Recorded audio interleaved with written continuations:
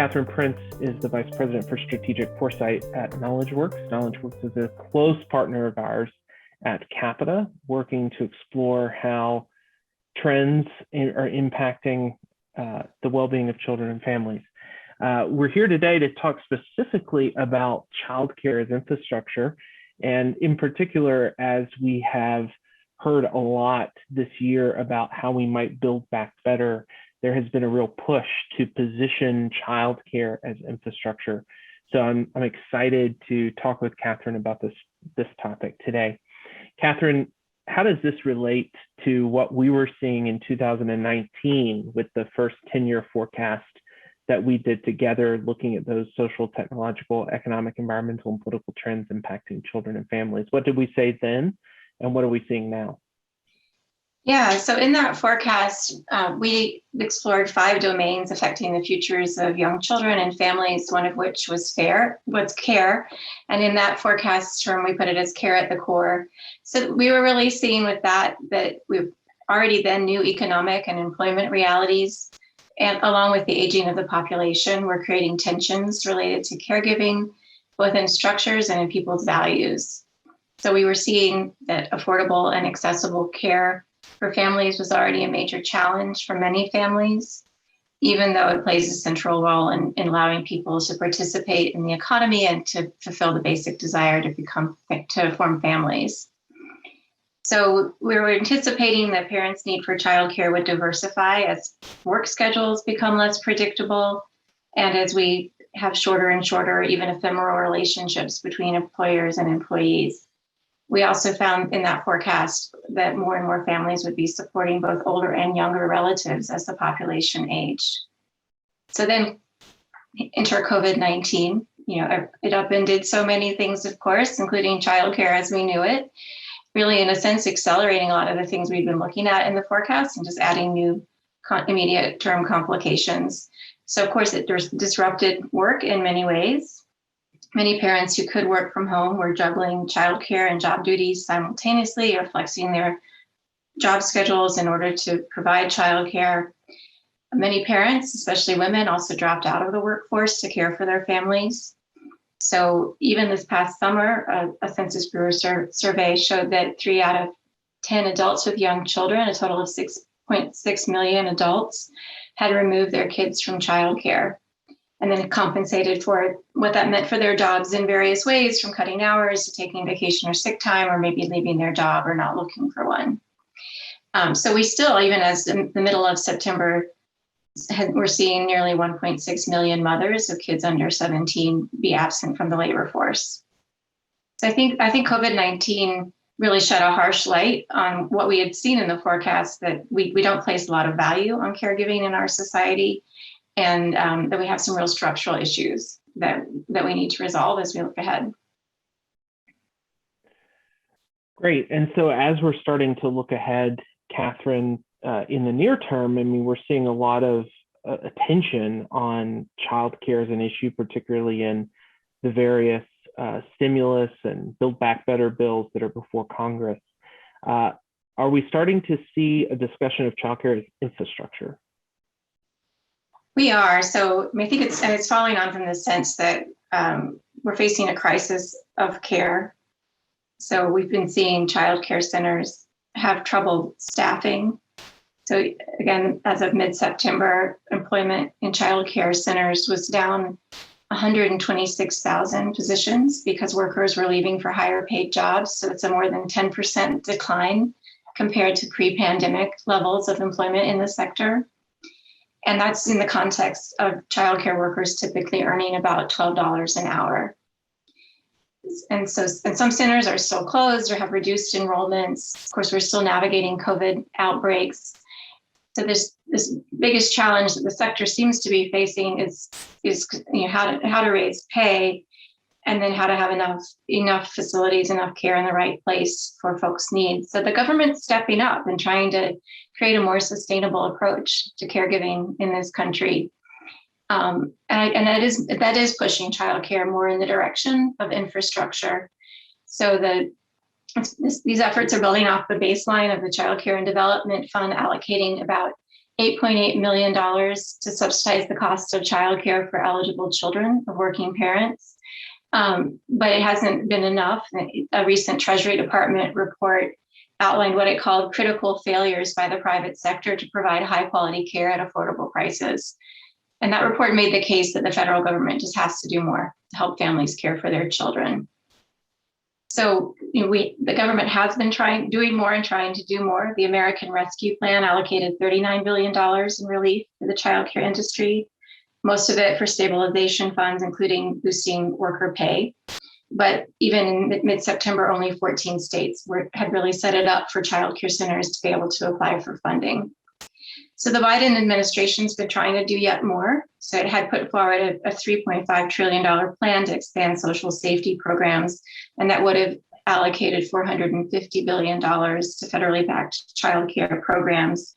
Also would have aimed to reduce costs for low and middle income families, increase caregivers' wages, and provide free kindergarten and pre-kindergarten to all 3 and 4 year olds. And that's been cut. So in recent days, the package has been trimmed down to about $2.3 trillion. And that's going to mean that Democratic leaders will need to scale back those plans for supporting children and families in all likelihood. But the move's still afoot, and it's still an ambitious effort to bring that infrastructure lens into the childcare sector. So infrastructure certainly brings up long-term thinking in my mind and long-term investment, right? When we build out something as infrastructure, it generally takes many years to do it effectively. Think about the National Interstate Highway System as just one example. How might we use the tools of long-term thinking, of strategic foresight, to think about childcare as a critical infrastructure issue and really build not just for the current crisis, but for future needs? Yeah, so the friction that we're experiencing now really brings to mind a futures thinking tool called the PACE layer framework that's really helpful for us to think about all the layers of society and how they interact and to lengthen our perspective on issues such as how do we bring care to families now and in the future. So the PACE layer framework was developed by Stuart Brand, and it really encourages people to stretch out what we see as the now. So we're thinking about future possibilities, not just next year or in 5 years, but on a scale of decades or centuries, even millennia, and then to think about how we might lengthen the time span that we hold in mind when we make decisions or set strategies. So its core idea is that different parts of society act and change at different speeds, and Brand called these various parts of society PACE layers. So just to go through them, the top layer, the fastest moving one, is fashion art, and it moves in minutes and months. It's a layer that is characterized by experimentation and fads, sometimes movements. So examples include things like the recent popularity of gender reveal parties or the resurgence of mom jeans. But this layer can also include more serious things. So for example, in 2020, activists reclaimed a Robert E. Lee statue in Richmond, Virginia, turning it into an emblem of the Black Lives Matter movement with the art and the activities that they staged at it. The commerce layer moves a little more slowly. It puts shape to the ideas and innovations that get generated at that fashion layer, and hopefully in a way that helps society benefit from them. So examples of the commerce PACE layer might be the spread of drop-in childcare, or a trend among some childcare centers to add enrichment activities like soccer or ballet for kids to participate in while they're at the center instead of on their parents' time. And then you mentioned the infrastructure layer, that's the next one. As you alluded to, it moves more slowly, it costs a lot, and it brings many benefits, but those are not immediately realized. Big investment, requires patience and waiting to see the payoff. So yes, transportation, energy, education all operate at that infrastructure level. And then we get slower still with a governance layer. It's supposed to move more slowly to serve societal good and provide stability. And as futurist Andrea Severi explained in a blog post she did for the Long Now Foundation that applied the PACE layer framework to education with support from KnowledgeWorks, the constraints of governance, she said, force reflection and pause, which can be paralyzing or empowering. And I think we can feel that tension at play at the moment. Then comes the culture layer. It's slower still to change. It includes language, religion, our enduring behaviors and social norms, and those things tend to provide constancy over long periods of time. They change more slowly. And lastly, nature moves most slowly of all. The earth, the human body, the bodies of other animals and the plants on the planet take millennia to change. So Brand's assertion was that when a society is healthy, each of these pace layers is, to quote, kind of allowed to operate at its own pace, safely sustained by the slower levels below and kept invigorated by the livelier levels above. And Brand introduced the idea of slippage between these layers. And that describes how the different layers interact or they rub against each other as society adapts. So I kind of think of this as like movement of geological layers over time. So with the pace layers, the fast and slow layers usually balance each other. The fast layers are going to be proposing new ideas and approaches, and they'll cause disruption, but they'll also cause learning. And then in turn, the slower layers preserve things we value. We set up operating constraints, and they'll integrate some shifts from the faster layers to change at their relatively slow pace. But sometimes we see slippage between the pace layers, and that creates friction. So maybe something happening in one layer might try to force another layer to move faster or slower than it typically does. So just to illustrate how this idea of pace layers can play out, I'll highlight the recent controversy over Instagram Kids, which would have created an Instagram experience for kids younger than 13. So as a company, Facebook clearly operates in the commerce layer of society. But the fashion and governance layers have been getting involved in ways that have put that development of Instagram Kids on pause. So there were activities in the governance layer coming out of the civic sphere that were raising concern, kind of getting that into public attention. So an April letter from the Campaign for a Commercial-Free Childhood was signed by 99 health advocates and to express concern about the platform's targeting of younger children. And then more recently, a Wall Street Journal expose claimed that Facebook knows how damaging that Instagram can be for teen girls' mental health. So these efforts were attempting to slow down change, like trying to bring more consideration to the proposed development. And then they use that fashion layer to catch attention, to propose and report on new ideas. And then we're seeing that there have been and will be more Senate Commerce Subcommittee hearings about Instagram's Kids. And that's showing how the formal government, again, part of the governance layer, is stepping in, again, to slow down the pace of change while the concerns about kids' health and safety can hopefully be worked through. So how can this framework be useful as we think about positive change? That's an example of how things might slow down based on the interaction of the pace layers. But how might we use the pace layer framework to help think about and drive positive change, in this case, for children and families? Sure. So the tool helps us really deepen our understanding of how systems are operating. So it can help us think about, where to intervene to create the kind of results that we want. So maybe we might have a tendency to try to, make quick wins kind of high up on the pace layers, when really we need to be thinking more deeply down to achieve kind of bigger change, more lasting change. The tool can also help us extend our frame of reference so that we're taking a longer view of the impacts and decisions that we take today. So thinking through, if we do this, these other things could happen. It might impact other parts of society in these ways. It could help us consider kind of unintended consequences and that whole complexity of our lives together. The tool can also help us think about kind of new sources of innovation and problem solving. Is there a way to address a challenge or pursue a goal that maybe we don't see from one lens, but if we look at it from the lens of another layer, we get a fresh perspective. If we look at it with that longer view, maybe we see something we couldn't see before. And then to think about how, since there are these many parts of society, how can they support one another in achieving our stated aims? So just as an example, we were working with this tool in the context of education in the US and came to see that the commerce layer was really dominating what is a really important form of social infrastructure. So in education's case, the rapid introduction of new educational technologies and pedagogical approaches was outstripping the capacity of the other pace layers to engage effectively and exert their influence. And that was pushing education to adopt values and purposes that serve business interests, but not society as a whole.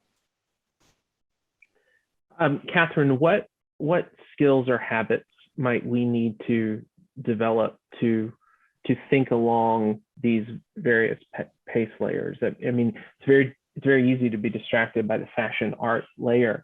So how do we think at the infrastructure layer, for example? I think one consideration is to think about kind of what kinds of outcomes we're wanting, and then kind of how much time they can take. So really, extending our perspective in many cases. So instead of saying in the next 2 or 3 years, I'd like to see this happen, for kids to kind of realize that some of the most supportive changes, some of the changes that build the most resilience for families are on that kind of decade plus kind of time scale. So to temper our outcomes, our sense of outcomes, what we expect, I know that just we need more patience, which means we can still have data and course corrections and lots of feedback loops along the way, but not to expect something that really is infrastructure to pay, commerce or fashion level benefits. That would be one example. So how might we apply the PACE layer framework to the current discussion about childcare as infrastructure here in the United States? Yeah. My sense really is that childcare has been in many ways operating at the commerce layer. It's very tied to employment, and each family or individual has had to find childcare that works for their budget and their work schedules.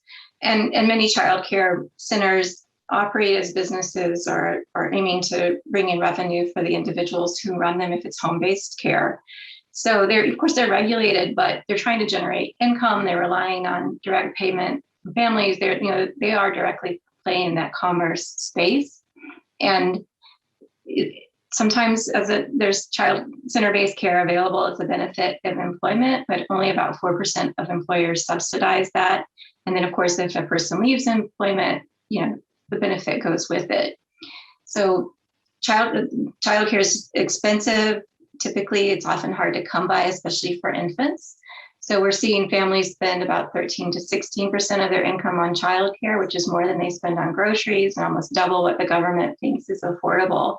And many family members are providing uncare or low-paid childcare to enable others to do their jobs. So it's been a patchwork, and with each family fending for themselves and just trying to balance the equation of how much funds to expend on childcare in relation to the income they can earn, often relatively early in their careers, trying to maintain some quality of life at the same time.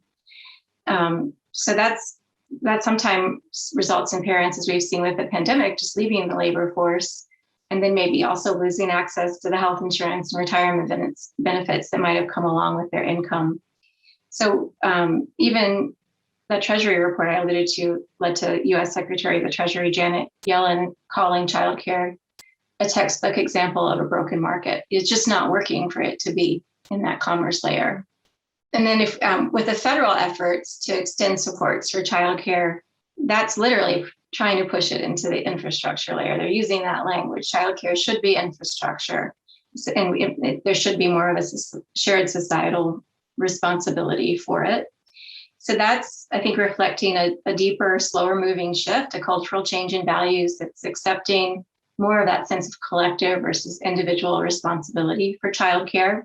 It's certainly not universally shared. Even among Democrats, there's disagreement as to the extent of the federal government's responsibility. But that cultural shift has pushed into the governance layer enough for them to try to regulate and support childcare at that infrastructure level of the PACE layers.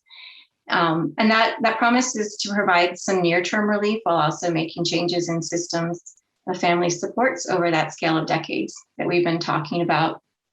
And, I think having childcare be at that infrastructure layer would also help provide more resilience. So it would probably maybe in that case less buffeted by changes in the commerce layer, be able to incorporate selected meaningful disruptions from the slower pace layers while also bringing in kind of new approaches from the faster layers.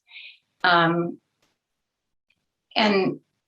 there's still always going to be pressures, even if it gets into the infrastructure layer. If we really treat it as infrastructure, there's still going to be things that buffet it, but we may be in a better place for childcare systems to ride out those waves of change. In particular, as employment continues to shift, more of us working in less traditional ways, as waves of displacement occur as a result of increasing technological automation, the commerce layer is likely to push on childcare, potentially asking infrastructure to flex in ways that it might be hard pressed to do or to do quickly enough.